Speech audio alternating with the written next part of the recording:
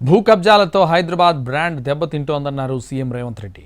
ఇప్పుడు నగరంలో చిన్న వర్షం వచ్చినా మునిగిపోయే పరిస్థితి వచ్చిందని మూసీని పునరుద్ధరించుకోవాల్సిన అవసరం ఉందన్నారు. కాంగ్రెస్ ఎంఐఎం కలిసి హైదరాబాద్ అభివృద్ధి కోసం పనిచేస్తాయని సీఎం రేవంత్ రెడ్డి తెలిపారు.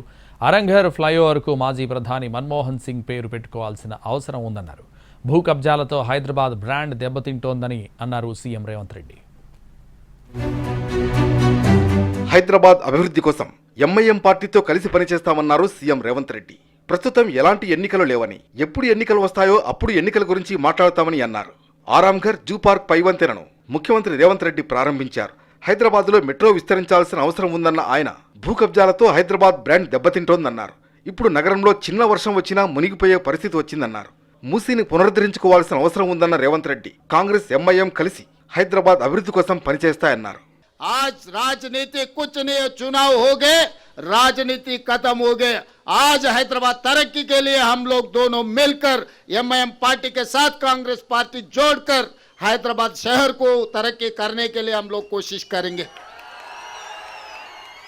जिस दिन चुनाव आएंगे उस दिन हम लोग राजनीति करेंगे, मगर एक बार चुनाव खत्म होने के बाद कब सोचे नहीं. మూసీ నదిని పునరుజ్జీవింప చేయాల్సిన అవసరం ఉందన్నారు CM Revanth Reddy. Lake and rock సిటీగా హైదరాబాద్కు ప్రపంచంలోనే మంచి గుర్తింపు ఉందన్నారు. హైదరాబాద్ నగరాన్ని నిజాం రాజు అభివృద్ధి చేశారని, అప్పట్లో హైదరాబాద్తో పోటీ పడే నగరమే లేదన్నారు. భూ కబ్జాల కారణంగా హైదరాబాద్ నగరం దెబ్బతిందన్నారు. మూసీ నదిని పునరుజ్జీవింపజేయాల్సిన అవసరం ఉన్నది. లేక్ సిటీగా, లేక్స్ అండ్ రాక్ సిటీగా ప్రపంచంలోనే ఒక గొప్ప పేరు నిజాం సర్కార్ ఆనాడు హైదరాబాద్ నగరానికి తీసుకొచ్చిండు. ఇవాళ ఆనాడు నిజాం చేసిన అభివృద్ధిని పరిరక్షించుకుంటే ప్రపంచ చిత్రపటంలో హైదరాబాదు నగరంతో పోటీ పడే నగరమే లేదు. కానీ కాలక్రమేణా కబ్జాదారులు లేదా ఆక్రమించుకోవడం వల్ల హైదరాబాదు నగరం యొక్క సుందరీకరణ దెబ్బతింటున్నది. ఈరోజు హైదరాబాదు నగరంలో చిన్న వర్షం వచ్చినా వరదలు వస్తున్నాయి, ట్రాఫిక్ జామ్లు అవుతున్నాయి.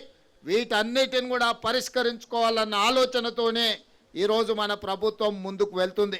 హైదరాబాద్ నగరం నుంచి బెంగళూరు హైవేకు ఉన్న ట్రాఫిక్ రద్దీని నివారించేందుకు జూ పార్క్ నుంచి ఆరాంఘర్ వరకు 4.08 కిలోమీటర్ల పొడవున దాదాపు 800 కోట్ల రూపాయలతో ఈ పైవంతెనను బల్దియా నిర్మించింది.